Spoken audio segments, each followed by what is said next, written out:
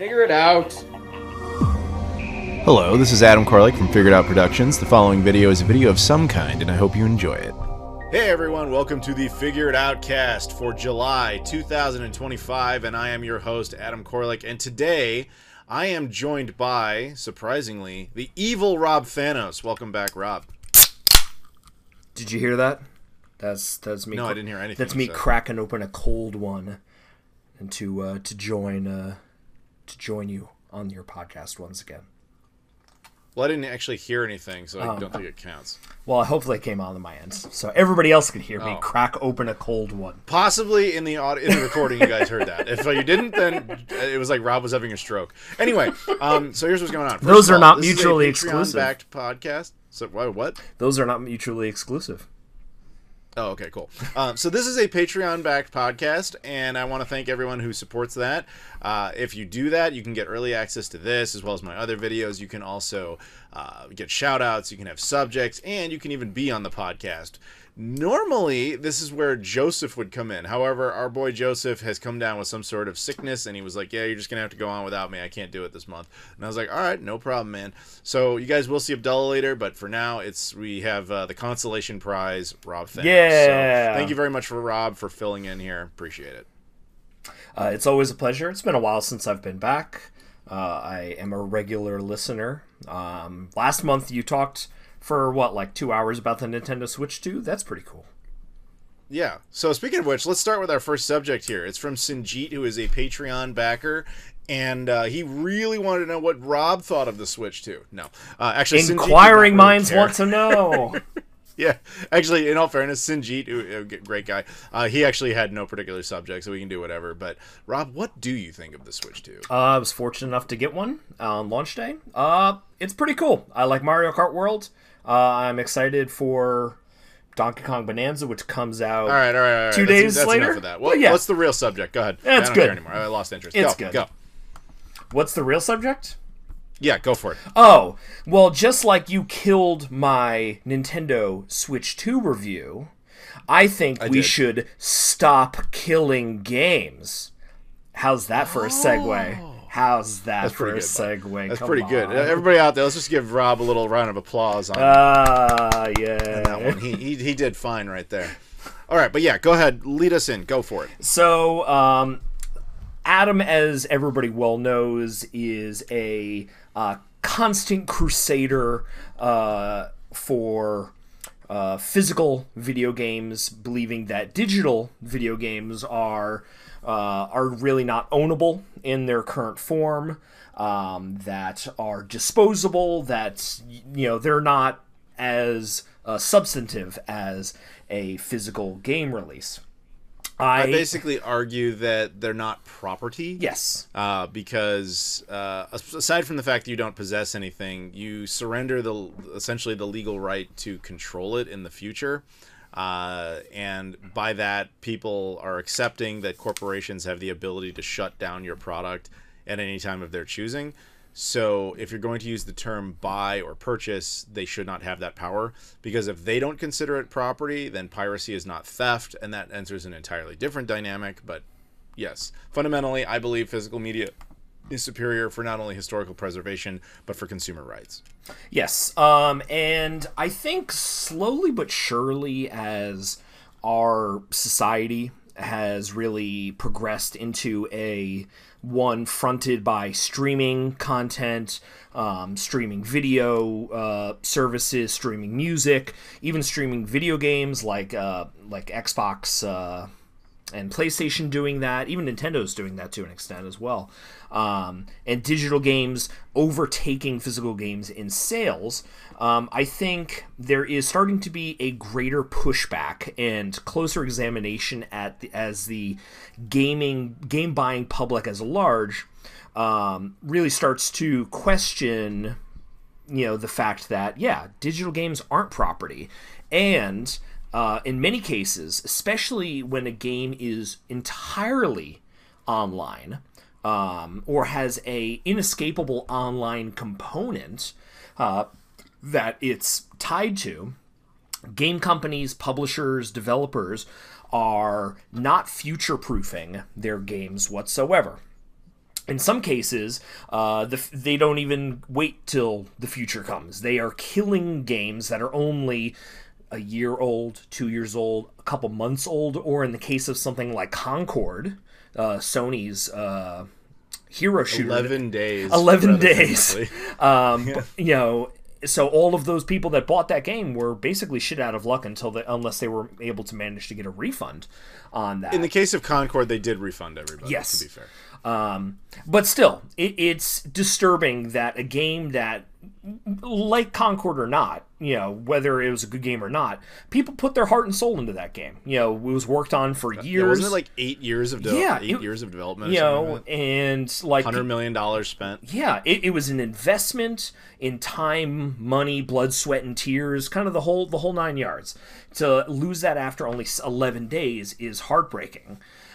So earlier in June, I believe, a guy named Ross Scott launched a online petition, specifically in the European Union. It is a official EU petition, literally on the EU website, called Stop Killing Games. And this is a petition that's really gained a lot of steam, especially in the YouTube sphere, to preserve video game access. Basically, as a response to Ubisoft, I believe, did that, what was that game? The Crew? The origin of this was The Crew, Yeah. which was a racing game that had an online component to it. However, it was basically, from what I recall, basically discovered that you needed online access to even play the offline single-player mode.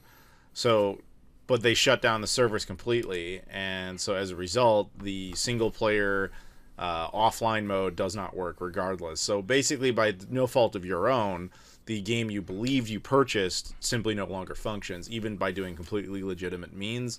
And that is basically the origin of this whole thing within the EU. I know we talked a couple months ago about this same exact issue, specifically in California. Yes. There's a lawsuit over this that was tied to gift card purchases. It's like a whole different thing. But basically the same principle applies, where they're effectively trying to get legitimate political discourse and legislation to try and stop companies from doing this. So go on.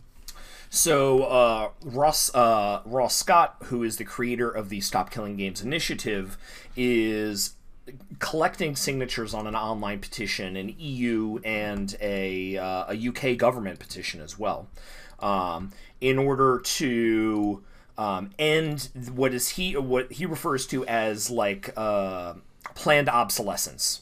That is detrimental to Great term choice. That's Yes. a great word choice. That is not only detrimental to customers, but makes preservation of these games effectively impossible. So they're hoping that this petition that they're going to submit to the European Union is going to lead to government intervention in the games industry to at least hold developers to task. Not to say that they need to keep servers going or consistently updating games that are 20 years old at this point, but going forward, allowing a path for the community of gamers that are enjoying their games to play a more active and official role in keeping these games alive. Whether that is maybe unlocking certain aspects of the game to consumers, maybe that's allowing for custom servers, from custom fan servers, to kind of take over the development servers. Basically, anything that we can do to prevent developers from just pulling the cord on a game like Concord, that people have spent money on, that have spent time on, whether that's microtransactions as well, and hopefully keep these games from just being murdered by their developers and publishers.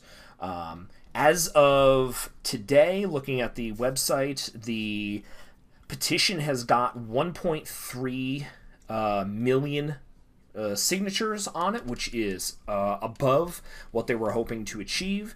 They are keeping the petition open a little bit longer because they Scott explained in a YouTube video that many of the petitions were maybe incorrectly filled out, maybe some were falsely submitted. So adding like spoofing signatures on an official government petition is a crime in Europe. Yeah. So they're extending the deadline, hoping to get at least 10% more signatures to cover potentially invalid ones, because they really want to make as big a statement as possible, but at least reach that 1 million signature threshold to allow this to be presented to the EU. Best case, I mean, I absolutely support this petition. Many YouTubers and people in the gaming sphere have lent their support to it as well. I think best case scenario, a tangible example of something like this working, specifically in the EU, has to do with Apple and the USB-C. Yep, I knew it. So the port. Yeah, go ahead. Yeah, so as Adam is an Apple hater, as kind of am I. Neither of us really. As you should be. Their products are crap. I said it. So they use Crapple, dude. They use a proprietary charging port called Lightning Port for a number of years. The EU stepped in, basically saying that you're the only one that is not using USB-C, which is literally a universal standard. Universal serial bus. Universal serial bus that everybody is jumping on board with. You're creating all this e-waste. You need to shape up or ship out, basically, and adopt USB-C. And they did. Now, that in paper, yeah, that's only in Europe. But because Apple's not stupid, they're not going to, well, stupider than we think, they're not going to manufacture Lightning ports just for the United States market or just for the Asian market. They're just going to, okay, we have to do USB-C, let's just do it worldwide. So that's why in the past couple of years, Apple has shifted their charging port to the Android standard USB-C port, which I think everybody is on board with. So that's a very prosumer move, even though they did it against their will. Yeah, this is not pro-business necessarily. This is pro-consumer. And the belief is that this Stop Killing Games petition is kind of cut from that same cloth and is a pro-consumer move that developers can take in order to, one, preserve their video games, but also grant a perpetual license to people that are buying digital games or buying a game that has a online component that would otherwise make it non-functional. So we'll see what happens with it. What are your thoughts on the initiative? Well, did you see Ubisoft's response to this? No, I did not. Oh, dude, you should look this up. So Ubisoft updated their terms of service as like a legal way to kind of cover themselves further. Mm-hmm. And one of the things they did is they changed it so they're like, okay, at the time of purchase, when games are no longer supported, you are now required, you're agreeing to this in updated terms of service, you're required to delete and destroy any remnants of the game, meaning like uninstall the game, and if you have a physical copy, you're required to cut it up and destroy it because it's now trash. So that's like a lawyer coming up with an excuse to not have to fix this problem. Yeah. And I get why they did it, so they can stop being sued on it. But that has kind of set the internet on fire. People being like, no, Ubisoft, I am not going to destroy my game when you decide to shut it off. Yeah. It's ridiculous that you think that that's like an answer. Now, to be fair, I'm sure as a company, that's not really how they feel, because I have worked with them a lot in the past, so the individuals are great. But I will bet you that was a lawyer's creative idea to at least stop the bleeding while they figure out what to do. Yeah. But, you know, I'm not defending them at all. I think that's just kind of mortifying. But it's kind of interesting to see, you know, how the sausage is made and then see the legalese. And it's, yeah, I don't know. I think you're making an important distinction, too, because, like, you have the experience meeting with a lot of the developers and the people behind franchises. This is the game companies. This is the CEOs. This is the board of directors. This is not the devs. This is not the PR people. Because I think the devs, if you ask them candidly, they'd probably be like, "Oh no, this is awesome. Like, we definitely want to make sure our game is going to be playable and enjoyed going forward." Yeah, 100%. It's little board of directors, and it's lawyers doing their job. Yeah. So it's not like people have this misconception that corporations are like a singular entity, like a hive mind. It's not like that. There's moving pieces that all do different functions, and that, like I said, I would bet that this update where you're supposed to destroy stuff is simply a lawyer's creative way of buying them time while they figure out what's going to happen in the EU and happen in California, etc., so that it reduces the amount of lawsuits they're starting to deal with. But yeah, they're kind of in hot water over this, and it's like, dude, you could have avoided this with a simple firmware update that just made the crew work. Yeah, and I think that's what the petition's basically saying. It's like there's no expectation of having Ubisoft go back and turn on the servers for, I don't know, what's a fucking old Ubisoft online game? I can't. Street Racer for the Mega Drive. Sure, like, you know what? Those servers, you gotta bring them back on. I don't think it had online play. But I don't think it had online play, but yeah, yeah, you get the idea. Yeah, but if it did, they're not saying that. Like, they're just saying, like, going forward, there needs to be some consumer protection. There needs to be some future proofing. Whether that is creating a firmware update that basically, okay, we're gonna let go of our game. This is gonna be like userware or abandonware going forward. We're not expecting any returns on this, but to basically shut down everything, delete, and have everybody be expected to destroy their discs and copies. Like, it's so disgusting and disrespectful to developers and consumers as well. Well, you know, I know you were hoping for like some long tirade from me, but to tell you the truth, I completely agree with you, and I think you hit every point on the head. Yeah. Like, I completely agree with everything you're saying. So there's not really much else I can add here other than, like, you know, leave it to the EU to lead the way on this one, hopefully. Again, I don't know if the results of that California lawsuit ever came to light. I would guess not, because I haven't heard anything about it. Yeah. But yeah, we'll just have to see how it plays out. But this... You know, I'm sure a lot of people listening are passionate about this subject, but you just, you know, this will determine a lot about the future, and this is the thing I've been warning you guys about for how long, dude? Like 15 years? Yeah. Like, you know, I've been making videos saying, like, watch out for the digital technocracy that is coming. It's an apocalypse that will take away your consumer rights. And the thing that irks me the most is when you have some moron in the comments who's like, dude, discs are old and stupid. I never use discs. Oh, shit, my PS4 doesn't work anymore because they turned this off. It's like, how dumb? Like, honestly, how dumb can you be? But unfortunately, a lot of people really are. You know what the funny thing is that this initiative, the Stop Killing Games petition, it was kind of floundering for a little bit. Like it was kind of struggling to get past like a couple 100,000 signatures, and you know the creator and the advocate, you know, Ross Scott, he's got a YouTuber. He's a YouTuber. He's you know, kind of waving the flag and everything, you know, trying to rally people behind it. And from what I understand, there was like another YouTuber. I can't for the life of me find his name. He was like a big streamer, and he basically said this thing is absolute bullshit. It's anti-business. It's going to, you know, destroy the entire games industry. It's unfeasible. Like, he basically went on this 1 hour tirade against this initiative, and by going on this tirade, all of his streamers and subs on Twitch and YouTube and everything found out about this petition, and they're like, oh no, wait, this is actually really good. And other YouTubers kind of jumped on because it got a larger platform from this guy basically saying that, oh no, this is bullshit, you shouldn't support this. But then everybody's like, no, it's like, you know. Well, thankfully there are idiots out there that people can be like, well, I want to see how dumb he really is. Yeah. So it's like, hey, listen, however you can, you know, get the signatures and spread the word about this.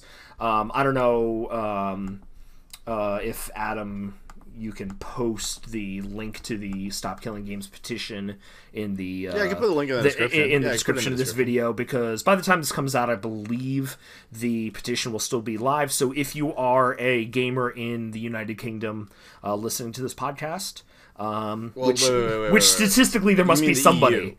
Yeah. No. You mean the EU? The UK is not part of the EU. No, I said the European Union. You did not. You said the UK. Whatever. Well, there is a separate one for the UK government as well on the website. Yeah. So yes, go and support this because this is great. I agree. All right, so we will move on from that subject. Thank you, Sinjeet, who had no idea we picked that for him. Joseph, on the other hand, even though he's not here, he actually wanted us to talk about all the Xbox layoffs and what's going on over there. So, again, Rob, I'm going to let you take point because you're just kind of crushing it today. Yeah, because you know what? Talking about video game developers and companies destroying games and having incredibly anti-consumer practices and being against the art of video games in this late-stage capitalist hellscape. This is just the theme of this podcast. Of this episode. This episode. Abdullah and I are going to be a little bit nicer later, but go on. Xbox. I think, yeah, you've heard of it. You love Xbox. I love Xbox. We've been, card-carrying Xbox supporters really since the, 6th gen. And, you have a Series X. I have a Series X. I do a lot of gaming on the Series X. I am a Game Pass subscriber. I really, really love a lot of the work that Xbox has done in the past 25 years. That being said, fuck Xbox and fuck Microsoft because this company is really dying a very sad death. And the company is fine. It's the brand they're just not caring about. The brand. Microsoft is still like what, the second or third most valuable. Oh yeah, they're doing great. Like, they're not going anywhere. They're doing great. But the Xbox brand is specifically, as you said, is dying a sad and incredibly depressing death. So what kind of spurred this topic is Xbox has been in the news quite a bit lately. About a month and a half ago, they announced their collaboration with a handheld manufacturer to create a version of the ROG Ally with Microsoft Xbox branding on it to be like an Xbox Game Pass handheld. That's... Oh yeah, the Ally. I forgot all about that thing. So, that was in the news. They did a kind of their version of a Nintendo Direct a couple weeks ago, announced some cool looking games. And then on July 2nd, 14 days ago, Microsoft announced mass layoffs across their gaming divisions. Their sphere, including Xbox, second-party developers, and this is incredibly depressing because Microsoft is cutting 4% of its staff worldwide. With this most recent layoffs, this is 9,000 people have been laid off this month. Since May, Microsoft has laid off 15,000 people worldwide, mostly from their gaming divisions. Last year, we did a topic on layoffs in the gaming industry. We talked about this. Last year, there were just over 14,000 layoffs across the industry in the year of 2024. Microsoft did that in 3 months. By themselves. By themselves. So why are they doing this? Well, it's a matter of money, as it always is. So Microsoft just announced that they are investing $80 billion with a B, a capital B, $80 billion into artificial intelligence. Great, that's what we need. And they need to trim the fat. Microsoft just reported a $25.8 billion quarter in their most recent quarterly investor update. So just last quarter, they earned $26 billion. And like I said, the company makes tons of money. It's just not the Xbox division. To be fair, all right, look, you're not going to like hearing this.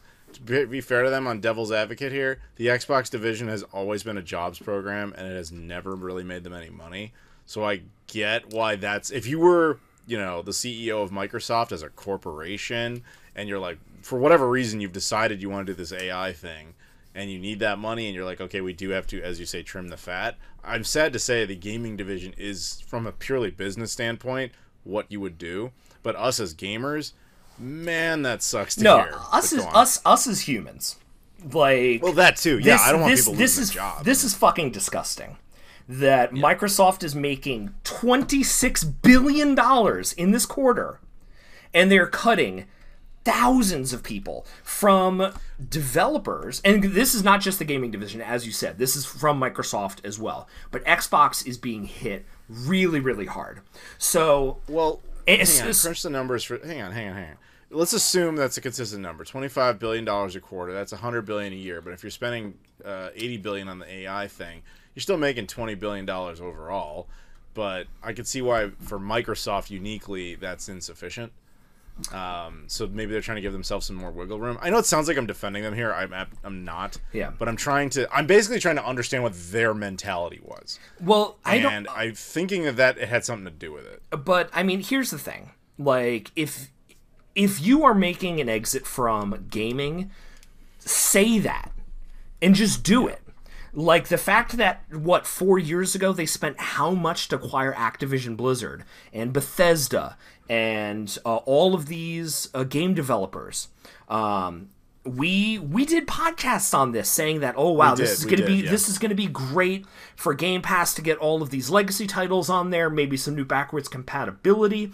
They have bought these studios for billions of dollars, done jack fucking shit with them, and now are laying them off. Now this is irregardless is not a word, but regardless of how those developers are performing. So I have a list of some developers and games that have been cut in the past 2 weeks. Raven Software, a Call of Duty development studio. They co-developed Black Ops 6 and co-developed Black Ops 7. Like, these are Call of Duty success stories. Developers. These are success stories. These are their big tentpole titles every year. They're getting cut. Turn 10 Studios, Forza Motorsport. Forza, 50% of their staff were let go. So Forza Motorsport, dead. Goodbye. Rare, British developer, second party developer behind most recently Sea of Thieves. They were developing a new game, a third-person adventure game, Everwild. They had been working this for 10 years. Just 2 months ago, Phil Spencer says, "Oh my god, I was playing Everwild. I'm so hyped for this game. This looks great." Cancelled. This further kills my dreams of a Conker's Bad Fur Day 2. Never gonna fucking happen. Oh, no, how about some more member berries? Remember Perfect Dark? Everybody loves Perfect Dark. Well, The Initiative, which was one of Microsoft's newest studios, they hadn't released a game yet. Closing shop, and the new Perfect Dark game, which had a demo out and was shown at the last E3 or the last summer. Canceled. Gone. A new ZeniMax Online. The developers between Elder Scrolls Online. A new MMO former called Bethesda entity. Called Blackbird. Canceled. Longtime executive is leaving the company. High Moon. I think ZeniMax was technically the parent company of Bethesda before Microsoft stepped in. Sorry. High Moon, another Call of Duty developer. Sledgehammer Games, another Call of Duty developer. Blizzard and Warcraft Rumble, canceled. Halo Studios, the Microsoft franchise, who were just announced a new game like 2 months ago, hit by these layoffs. John Romero, the creator of the first-person shooter, the creator of Doom and Wolfenstein, had a new studio. He runs id, doesn't he? Yes. Oh, originally, yes. He had a new studio, Romero Games, partnered with Microsoft. He was building a brand new game franchise. Canceled before we even saw the game. and Romero Games shut down. Last year, you had Watango GameWorks, who created their only Japanese studio. Only Japanese studio they had. Hi-Fi Rush? Yes, Hi-Fi Rush, a critically acclaimed, well-performing game. Was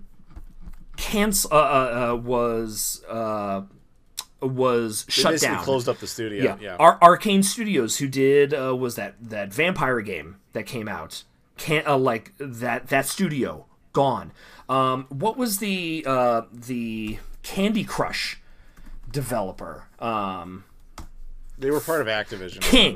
King. They made this one game over $1 billion last year. $3 million a day from Candy Crush. That developer is those developers are laid off.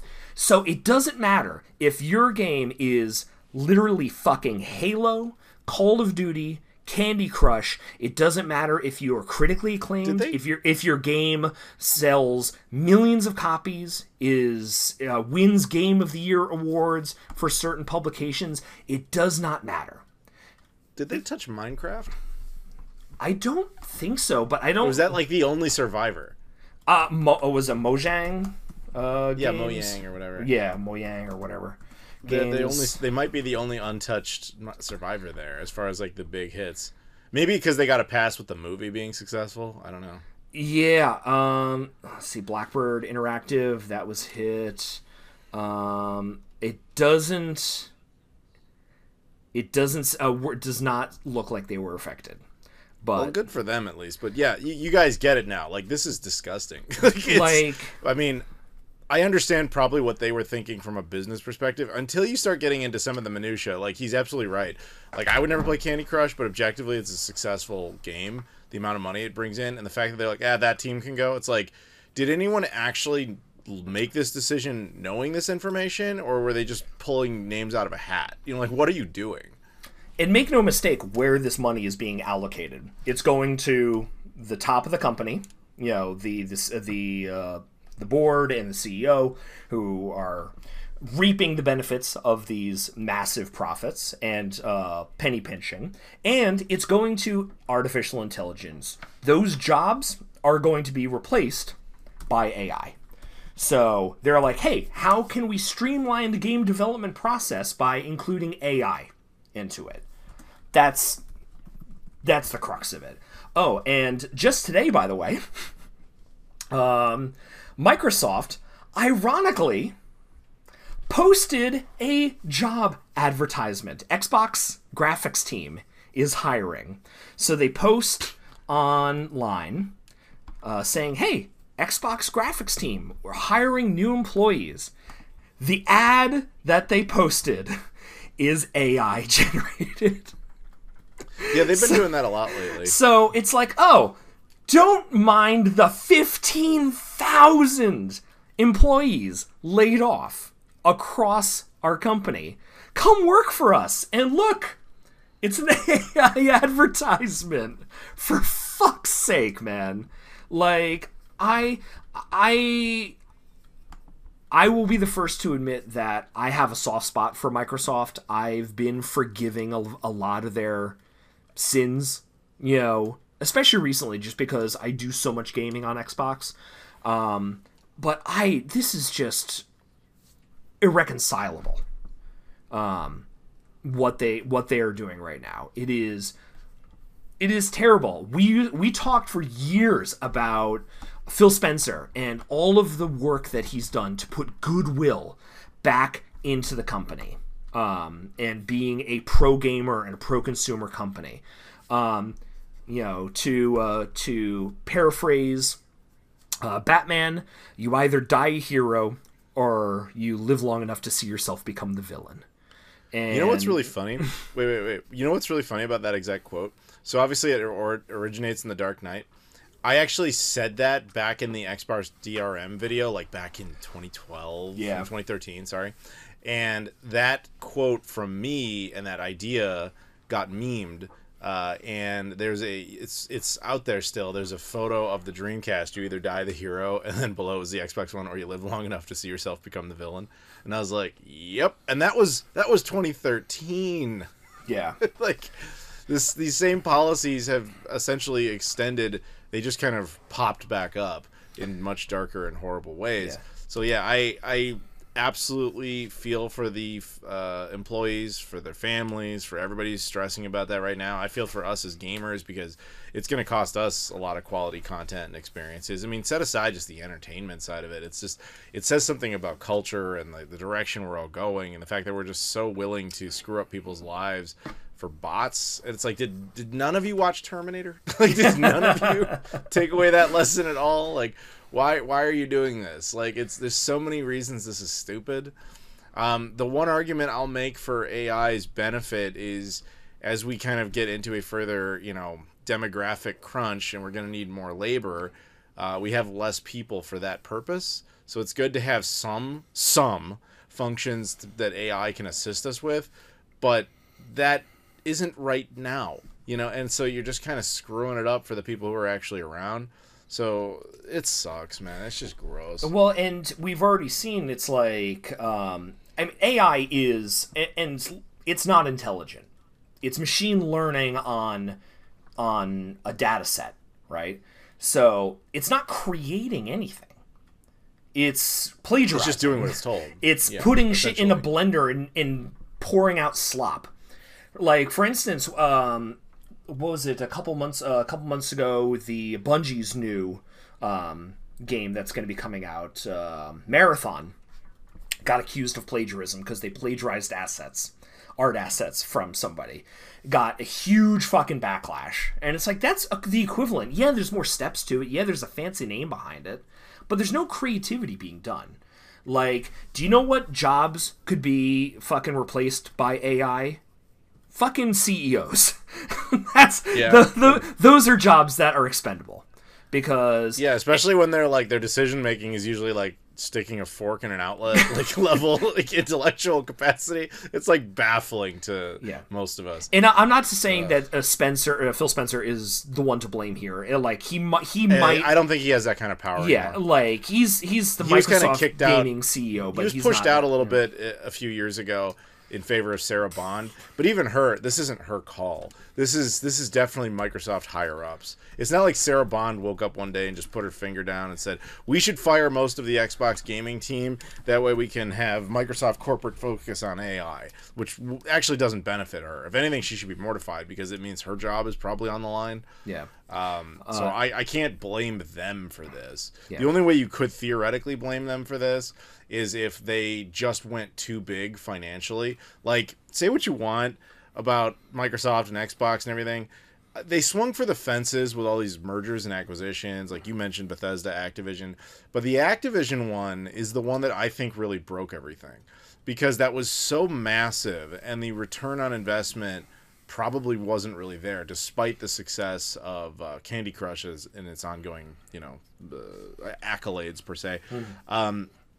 I think that essentially what I'm saying is, despite how much money the Xbox brand was costing Microsoft on a corporate level, it was piecemeal for the overall corporation. They did not really care. I think the Activision one finally made them start raising some eyebrows and pay more attention to that area. And unfortunately, they're now really messing with it. And being like, why are we still doing this? You know what I mean? Yeah. And sadly, I think that in a sense, if you want to say the original sin probably was the Activision merger, or acquisition, more rather. So they probably should not have done that. I mean, for the love of God, if you're a game development studio and you're listening to this for whatever reason, for the love of God, do not get acquired by Xbox. Because your company will be gutted, your artwork purged and binned and burned, and your assets and IPs just left to rot, and your employees fired. It's like they're like a disease. They like show up and just buy all this stuff, and you sound like it's tempting because you get money, but everything they purchase they just don't use. Yeah, and it's all like, those rare IPs, fucking Activision IPs. Blizzard, like these are huge companies. Bethesda, like, what are you doing? It's like, and this is one thing if they were. Dude, it would be one thing if they were unsuccessful, but when you have all these massive success stories that are still having this treatment, you're like, what do you want? It's like dating a crazy chick. You know, like, what do you want? Yeah, it's so sad. Like, you are damned if you do, damned if you don't. And the company is reaping the rewards, and they do not care about you. You know, the CEO, Satya Nadella, just last year received a $30 million raise to his salary. As their companies are laying off people. It's the grossest end-stage capitalism bullshit, you know, and it's the sad thing is it's happening to a company that you and I have invested so much time and money and passion into. You know, that it's just remarkable. And you know, last month, I'm sure, you know, you guys remember there was a lot of ranting about Nintendo, and what Nintendo's done. Nintendo, they might as well be the fucking, like, they must be saints compared in the public view. You know, I'm gonna say to they're Microsoft. I don't know if I would agree with that. I do think they're less awful in that regard. But I would say that, man, Sony's looking pretty good suddenly. like they're sitting there like, hey, we're not doing any of this stuff. I mean, Nintendo's. Do you know how many employees Nintendo has? Like, worldwide? No. Under 8,000. Doesn't entirely shock me. Microsoft laid off more people than Nintendo's entire company. By nearly double, actually. By double! Like, in almost 3 months. Like, yes, Microsoft is a massive conglomerate compared to Nintendo. But Nintendo, you know what? When they were at their lowest during the Wii U and 3DS debacle, you know, rest in peace, Satoru Iwata took a nearly 70% pay cut rather than Nintendo lay off employees. He says, the failure of the Wii U falls on my shoulders, not the employees. That is leadership. For whatever many sins Nintendo does, Microsoft is 10 times worse. Just want to say, in regards to Satoru Iwata, I believe he died like 10 years ago, almost a few days ago at the time of this recording. I thought he died in like 2016. Yeah. Oh my God, that's almost 10 years ago. I think it was 2015 he died. Let's see. Oh my God, July 11th, 2015. Holy shit, 10 years. That's what I said. Yeah, so that was 10 years ago, a little over. Yeah, time flies when you get old, guys. Have fun with that. But yeah, all anyway, right. I'm gonna step off my soapbox and take off my beret and you know. Yeah, I mean, it's kind of like the first one. I don't really have anything else to contribute to this. I totally agree with him. I've made my points throughout. I think that I'm, you know, basically in complete agreement with Rob here. This whole situation is just terrible, and unfortunately, I think the thing we could touch on if we really wanted to, but we'll probably not in the interest of time, is what exactly this does mean for their future. Like, we have actually, if you recall, Rob, we have talked in previous podcasts about how devastating it would be the day Microsoft truly does give up on gaming, because what happens to their assets? I mean, you know, the legacy IP and content that they possess, who ends up with it, if anybody? Does it just remain in Microsoft's ownership, legally speaking, but they literally don't use it for any reason? You know what I mean? Like, I don't know what ends up going with that. All I do know is that would be a very, very bad day in gaming, because they've just effectively absorbed so much iconic video game history, and they're just essentially saying, we don't care, we'll put it in a vault, and we're just done with video games. They're a black hole. Yeah. Effectively. And I mean, that very well could be in a couple of years. Fuck, it would not somebody, shock me. Somebody, anyway. Fuck EA. EA, buy Halo. Just go to Microsoft and go to Xbox and say, how much for Halo? Because it would not really shock me if Microsoft made such a decision like that and they decided to just fire sale IP. I mean, that's essentially free money at that point. But I don't know. I don't know. We'll have to see. But it's kind of worth thinking about. The thing is, it's so mixed messages, because if they were on the surface, it looks like they're doing a soft exit from Xbox hardware, definitely, but from games they're pulling back. Obviously, they still have one more quote-unquote console in them. It's not something I would get, because I can guarantee it won't drive. They've said, we're working on another console, and fuck, to be fair, that doesn't mean much now. Fuck, they're not developing it, but they're slapping their fucking brand on that ROG Ally handheld. Yeah, but hang on. The thing is, it doesn't really mean much that they say they're doing that, because they also said, like, here's a bunch of games we're doing. They're all canceled. It doesn't really. No part of me, dude, would be shocked if we get like some breaking news on Twitter or whatever, and it's just like Microsoft to cancel next generation hardware, says it will continue to support Xbox Series X for gamers to enjoy for the time being, or something like. I would not in any way be shocked anymore. I'd be like, like. Oh, by the way, so the Xbox showcase that happened in June that I briefly touched on. Yes. This from IGN. Microsoft insists that every game shown at its Xbox showcase in June is safe. Great. So those games we just showed you, no, those are okay. It's just Perfect Dark and Forza and like all of these and like cool games that are being developed in fucking Everwild by Rare and like all that. That's dead. But these games are safe for now. But I'm sure that's kind of what I mean. I'm sure as soon as we release them, this studio's gutted. But so it looks like they're pulling back, but they're doing counterproductive things. They're still buying studios. They're still greenlighting games. They're still saying, "Hey, we're working on hardware. Hey, we're collaborating with ROG on this handheld."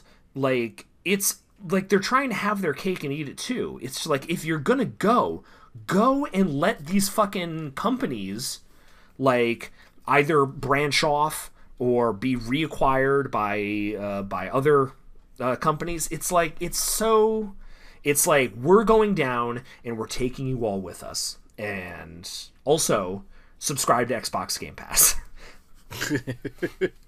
Yes. All right, well, on that horribly depressing note, thank you, Joseph. I think that if you and I had talked about this, it would have been a little less hostile, but probably still pretty much the same material. But Rob, thank you for that. Oh, and the Nintendo Switch 2 is great. Yeah, cool, there's some positivity there. There we go. We'll go out on that. But Rob, thank you very much for joining us, filling in for Joseph. Much appreciated. Always a pleasure. Viva la Revolution. yeah, freedom or whatever. Okay, so now we're going to do a round of shout-outs here. The following people are Patreon backers, and they are at the tier in which they get a shout-out. So, thank you very much to Loke, Jeb Malcolm, Michael Kelly, Sega Steve, and Trey Wagner. Once again, that is Loke, Jeb Malcolm, Michael Kelly, Sega Steve, and Trey Wagner. Thank you so much. Could not do this without you. All right, and we are back. Welcome back to the show. Abdullah has returned. How you doing, dude? I'm doing well, thank you. Happy to be back as always. Ready to discuss new stuff. Well, not really new, but yeah, exactly. Well, what are we gonna do? Oh, we're gonna talk a little bit more Switch too. I know you guys didn't get enough of it, but no, it'll be fine. I'm a Nintendo guy, so you kind of have to stick with the theme. I mean, it makes sense. I want to thank you for, of course, always coming back. And anybody out there, just so you know, again, Patreon back podcast. You can get the shout outs. You can get the early access. You can pick subjects, and in the case of Abdullah, you can be on here. So, Abdullah, thank you as always. So, you're welcome. Let's get started. Now, you came to me with this subject, and I thought, all right, you want to talk about it? Let's do it. So, introduce yourself. Go for it. All right, so what I wanted to discuss is kind of take a different angle towards... So, last time we just talked Switch 2 and kind of went through all the aspects, and we went through a lot of things, and I think we diverted even in a couple of things, too. Oh, yeah, absolutely. We went on many a tangent. Yes. Obviously, with the Switch, it's a whole subject. So what I specifically wanted to say is, I think that, and I believe I worded it out to you like this, is that the kind of way the Switch 2 is in terms of being mostly digital games. So what does that have as a green flag? What are green flags and red flags of that, of the whole being mostly digital? in terms of the collector and the normies, as you phrased it, or standard gamers. Yes. Yes. So to kind of truncate this, what I think you're essentially saying is the point is you want to know what a collector considers a warning sign or a positive about the Switch to versus what a casual considers a warning sign or a positive about the system. Is that correct?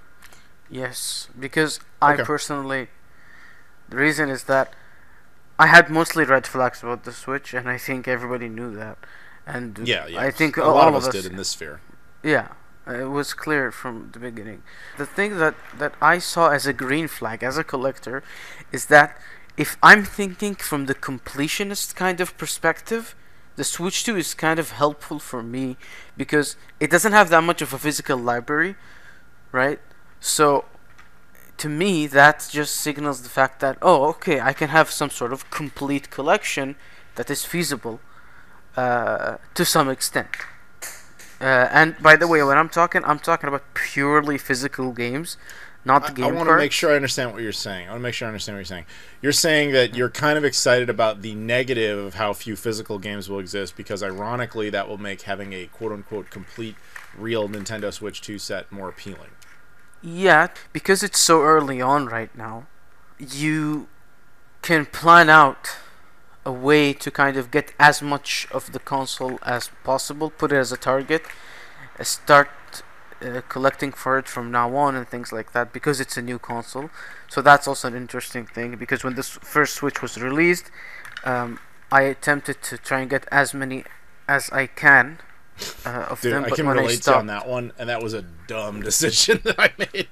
yeah, so it 'Cause, like, definitely can be I a dumb was- decision for sure. Initially, I thought the Switch 1 was gonna not do so well because of the basically the failure of the Wii U. So I was like, all right, let me try and round up some of these titles early on. So I was picking up crap I really had no interest in because I figured it was gonna end up being a small set. I also took my first trip to Japan at the same time, and so I was like, oh, they're gonna have these exclusive titles. I'll just pick those up, and this thing will probably flop relatively quickly. I'm glad I was wrong, but it also resulted in me having stupid things like RBI baseball, stuff. I'm just like, I have no reason Yes, to own a yes, Switch. definitely that can happen. But I think with the Switch 2 things seem to be on the more limited side physically. So that's kind of giving me, okay, well, it's a new console that came out. You want to start collecting for it. You got a new console to start collecting for. That's also a positive thing. Is it collector friendly? In one aspect, yes. In another aspect, no. If you're a completionist, it's friendly. If you're somebody who collects mainly to preserve games, then it's not as friendly, and it kind of goes back to why it's digital. So, but when it comes to the standard gamer, the other aspect of it, I think for people who, I think, as you said before, right, that most people actually don't really care about whatever we're talking about here. No, What they we're don't complaining about. Yeah, most people don't really care. And those standard gamers in general, they don't care. And I think to them the green flag is, well, okay, everything's getting more digital. Well, that's great then. It makes it easier for me not to buy stuff, not to go to the store or have a physical copy stolen or lose the physical copy or things like that. I kind of see that's the positive aspect of it, the green flags. However, I do not really seem to be fine to get into what the red flags for the standard gamer is besides the price point. Well, it's interesting you bring that up because you didn't have the benefit of this, but Rob and I just finished talking about that Stop Killing Games movement. I'm sure you maybe have heard of this. Yes? No? I believe so, yes. Well, basically, Stop not to killing bore ga- the yeah, audience stop- with this. okay. Yeah. There's a potential for legislation in the European Union to basically force companies to stop making their games nearly as digitally dependent, which would theoretically be a win for consumer rights. I'm not going to go over all this again, but basically that's all you really need to know. And so the Switch 2 is kind of falling, it's the same type of idea. Like, if you have these entirely digital-based ecosystem games, you do inevitably run the risk that you are not going to have access to them down the road, and they can be shut down for any reason. Like, it's one thing to say, okay, this game may not be playable in 50 years or something like that, but, there are also these digital games, a lot of them are in this case with the whole movement, a lot of them are being shut down within just a couple of years after they come out. And as things get more and more digital, that only becomes more and more of a problem. And I believe I told this story already on the podcast, but I think it's worth repeating. When a guy in my comments told me a great story about the Switch 1, and he had his son, and his son had a friend. And the two of them decided to buy Switch 1s together.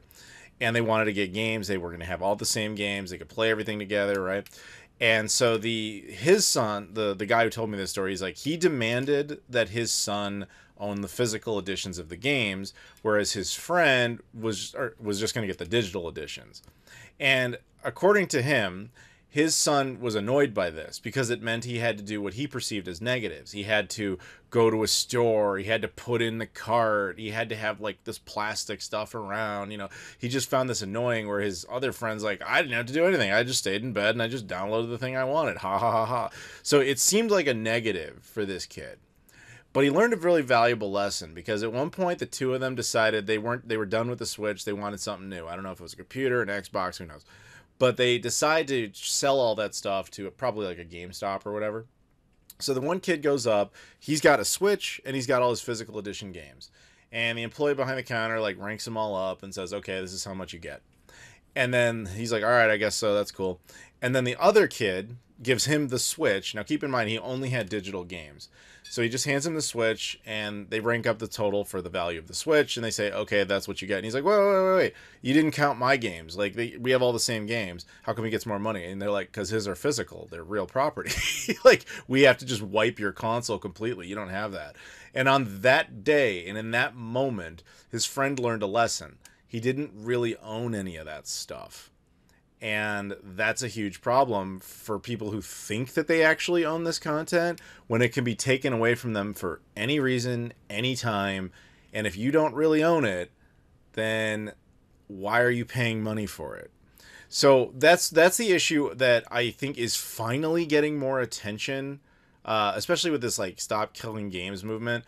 That's where the casuals might actually start to care a little bit, is when they start to realize like, hey, maybe it kind of sucks that like all this stuff I bought doesn't work, but your super casuals will never care. It's just how it is. It's like, I've made this comparison in the past. It's kind of like shoes.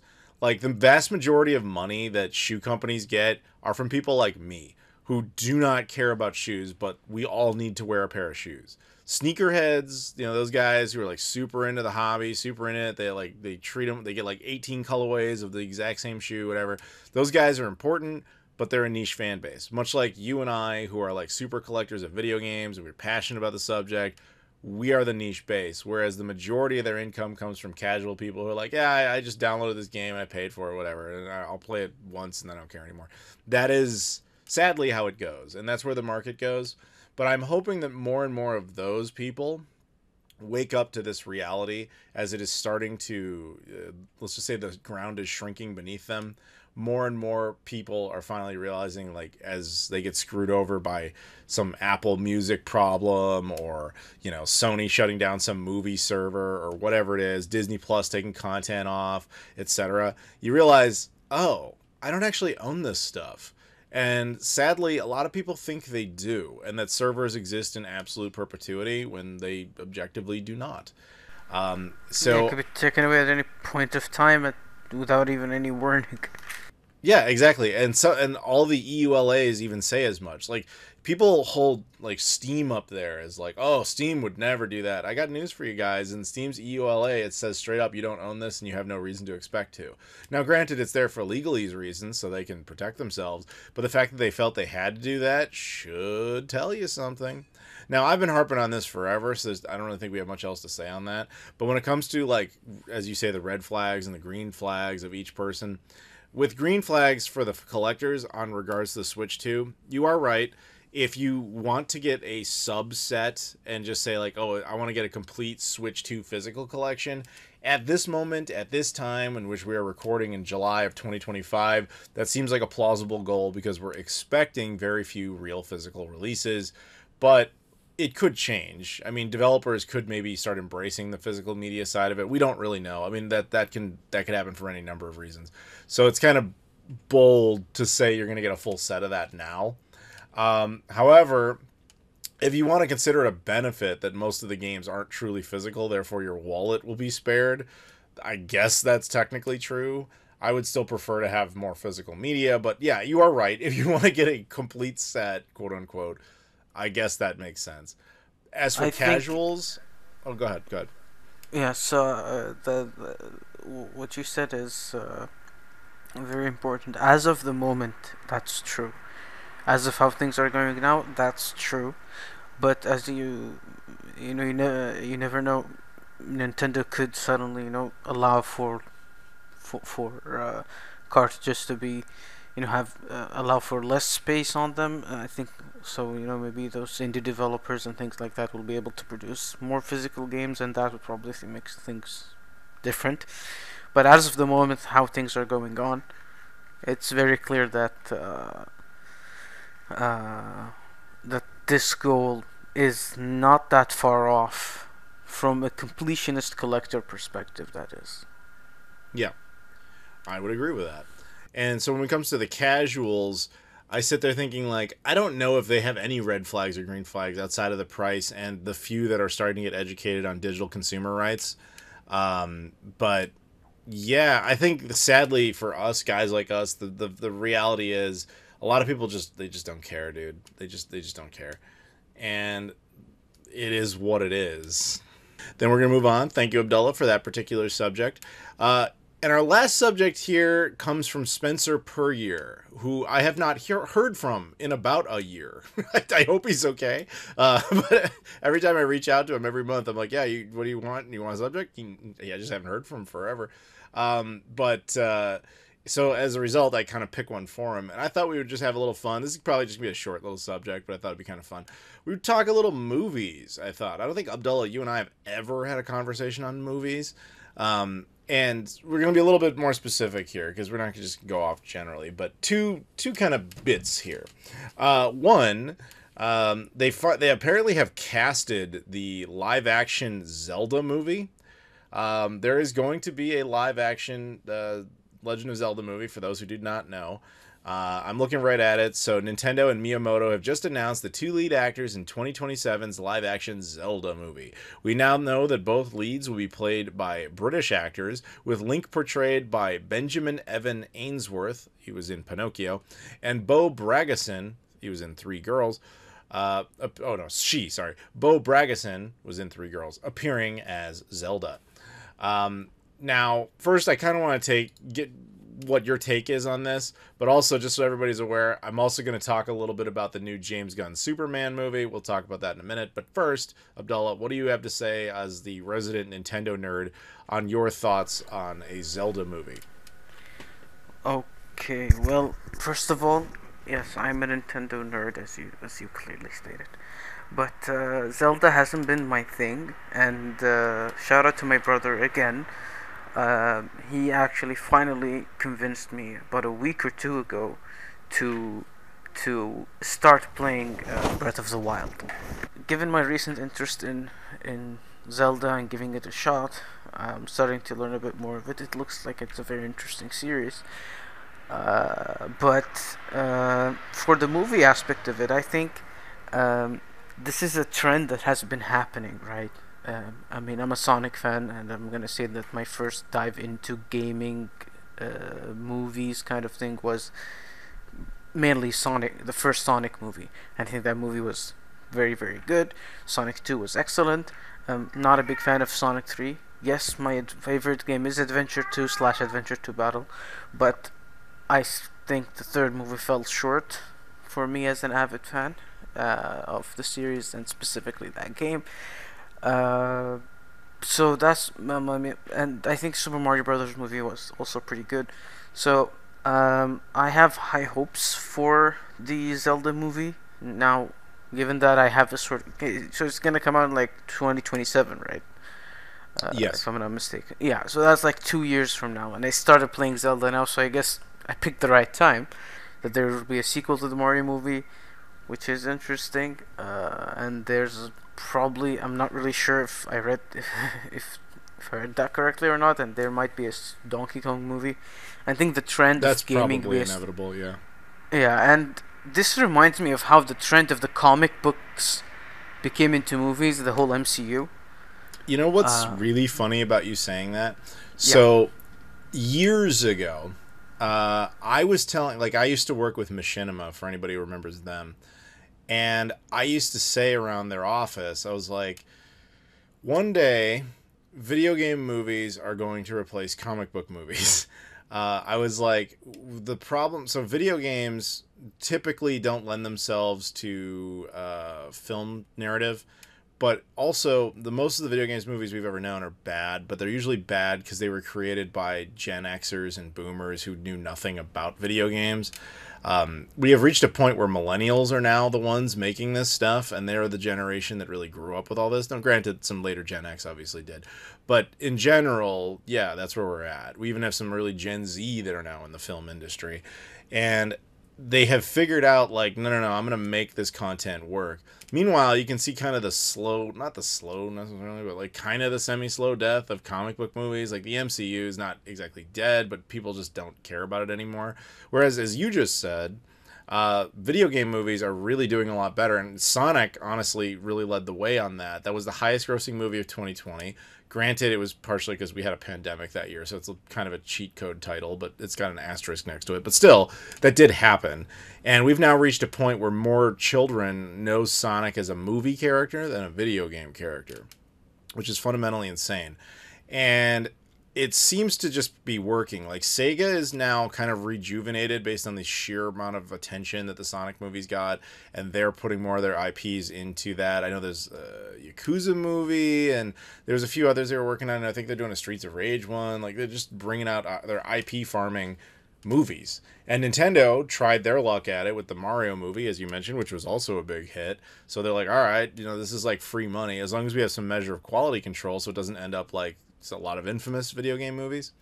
And it just feels, in my case, particularly like vindicating that I predicted this. Like, I've been saying this for like 20 years. I was like, this was going to happen. This is, there's spot on going to, on there this, was inevitably going and to on be physical a video games game. too. Yeah. There was inevitably going to be a video game movie that did for video games what X-Men in 1999, Bryan Singer's X-Men, did for comic book movies. That movie changed it. Prior to that movie, with the sole exception of like a couple Superman movies and a couple of Batman movies, comic book movies were always considered children's entertainment, a joke, poorly done, etc. He made the serious genre move, and he gets all the credit for it, and that changed everything when they made a ton of money at the box office. Iron Man in 2008, right? That was also No, that's not what did it. That's what started the MCU, but that's not what started the film revolution of comic book movies. Oh, okay. That Because was I'm not X-Men, into comic books, 1999. much, so really don't know. That's what I'm telling you. that's what did it. And even though, so all right, let me put it this way: the Sonic movie was a big hit, and as a result, we have a bunch of video game movies, but that doesn't mean they share continuity. That's what you're basically saying. So 2008, with the first Iron Man movie, is where they started sharing continuity, at least the Marvel stuff. But that wasn't the case before that. And much like video game stuff, that's not the case. Although yeah, because there was the Spider-Man movies as well before. Yes, that was after the X-Men movies, like I said. Yeah. But we're reading more and more that more of these video game movies might very well have shared continuity at some point. We'll just have to see. But whatever. So basically, the short answer to your question is I might be interested in a Zelda movie in 2 years. Yeah, I mean, it depends. I mean, one of the cases and scenarios could be that I could get interested in Zelda because of the movie. If I don't like the game, maybe the movie will help me like the series more or something. I don't know. I mean, the Minecraft movie, look at that one. That just blew up. That movie, that took the movie world by storm. It's a terrible film, but it made $1 billion, so it'll be fine. Point is, we've really have ushered into the video game movie era, and people are going to start. I mean, video game companies like Sega is going to kill it, just scraping up money, for all these productions. Because the one thing these video game companies are really liking is they can farm out their IPs. It costs them nothing to produce content, and they just collect checks for licensing characters they've had sitting on shelves for years. So that's pretty good. All right. Anything else you want to say on this particular, the Zelda stuff? Nope, all good. All right, then I'm going to switch over to Superman now. So I'm going to do spoiler free. So I'm not going to talk that much about it in detail. All I want to say about the new Superman movie, I'm a huge Superman fan. I have been for most of my life. I feel the character is incredible. I feel he's a really misunderstood character. Often the detrimental statement towards Superman is, oh, he's so strong, so he's boring. Anyone who tells you that is a fucking idiot because they don't know jack shit about the character. It's one of the most complex characters in comic book history. He's existed since 1939 consistently. That's nearly a century. To say that that character has no stories to tell, I'm sorry, but you're a fucking idiot. Okay, so the complex nature of that character, the duality of him having to juggle being an alien, being a human, what that means, having the weight of the universe on his shoulders while simultaneously trying to live a normal existence, and trying to do everything on a micro level while also just being unbelievably responsible for the fate of humanity. Like, there's so much to this character, and I just hate when people write him off as strong guy. Fuck you, you're an idiot. But anyway, so with this film, I went into it with a very serious passion, a la Angry Joe. I'm sure a lot of you guys know him. Big Superman fan. I'm like on his level of Superman fan. And so I was really hoping for a good Superman movie, as simplistic of a requirement as that sounds. We really haven't had one since... I would argue Superman 78 is the best one. I think I grew up loving Superman 2 more, disliked it more as I aged because I realized it was too goofy. I love the Richard Donner cut of Superman, but the ending of that film is so terrible that it's just like, oh, it ruins the rest of it. And then every other sequel was some degree of bad or stupid. And then Superman Returns was only good for like one scene. Man of Steel had its parts, but also fundamentally didn't understand who the character was. So I went into this saying, did James Gunn nail the character? And I was worried about it because he famously said when he was doing, I think it was Suicide Squad, which he did the good Suicide Squad movie. He also did the Guardians of the Galaxy movies. He has a very specific style and tone. And I was thinking, when he did that movie with Suicide Squad, he famously did that movie with mostly unknown characters, with the exception of Harley Quinn because the studio forced it on him. And the same with Guardians of the Galaxy, they were a really unknown group until he made his movie. James Gunn has said in interviews he would never want to do something like Superman because the character is so storied and has so much lore and is so well known that when you try to tackle that character, you inevitably want to make changes to update them or alter their complexities, alter the dimensions of the character, etc. And when you do that, people get enraged. But if you take some characters that are completely unknown, as he did for most of the Suicide Squad characters or the Guardians of the Galaxy before they became famous, you can change them and mold them into whatever you want and nobody really cares. So I was a little shocked when I heard that he was the one actually doing a Superman movie. But apparently he's like, I can do it my way, and I found a story, an angle I'd like to go with.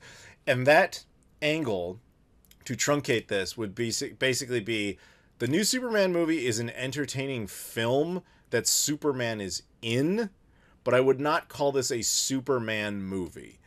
I enjoyed it. It is not the movie I wanted. It is not the movie I need, but I did enjoy it. And the most bizarre moment of that whole film to me, and this is not really a spoiler, but pay attention, there is a part in that film where Lex Luthor hands a guy who is clearly supposed to be Vladimir Putin, hands him a donut, and says, who knew the best, he basically makes a reference that says, like, he's talking about dimension hopping and stuff, and he hands him a donut and says, who knew the best donuts in the universe were in Park Ridge? I grew up in that town. So I grew up in a town called Park Ridge, and my tiny little town was referenced in this movie, and it was like, that was weird. But that's all I'm going to say in a spoiler-free way. Go out and enjoy it, see it, and really pay attention to the text at the beginning of the screen, because this movie does not hold your hand. It just kind of keeps going, and it doesn't set much up. It really kind of operates under the assumption you basically already know the basics of who Superman is. In fact, I would argue it felt like maybe the third movie into a series rather than the beginning, and that's all I will say. Abdullah, do you have any interest in seeing this movie at all? So to someone who doesn't know anything about Superman, zero knowledge, stepping into this movie, is it something that you would recommend as someone who knows Superman very well? If somebody wants to get I actually think interested you might enjoy it more because you know nothing. Oh, okay. I mean, without any spoilers. How so? The movie does not I mean, it helps if you know the absolute basics of Superman. You know, alien, another planet, planet blew up, he's the last of his people, and he's on Earth as a superhero. That's like really all you would need to know as the most that I basic know about way. him. Yeah. That's all you need to know. And I feel like there's a bunch of prequels they could have made. You know, there's stories that take place before, but that's unnecessary.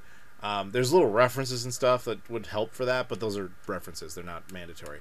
I would say because you have no preconceived expectations of what the character should be or how the story should unfold or any of that sort of thing, you might just get a kick out of it. I will say this. I had no idea where this movie was going at any given moment. And I like that. I'll give that to James Gunn. He's very good at having a functional, cohesive film structure that is basically unpredictable, which is really a hard combination to do.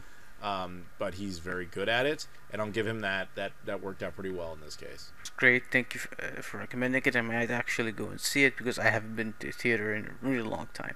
All right, then we're going to wrap this up here. So, Abdullah, thank you as always for joining me. Really appreciate it. Spencer, if you ever hear this, if you're alive, thank you again for picking that subject-ish.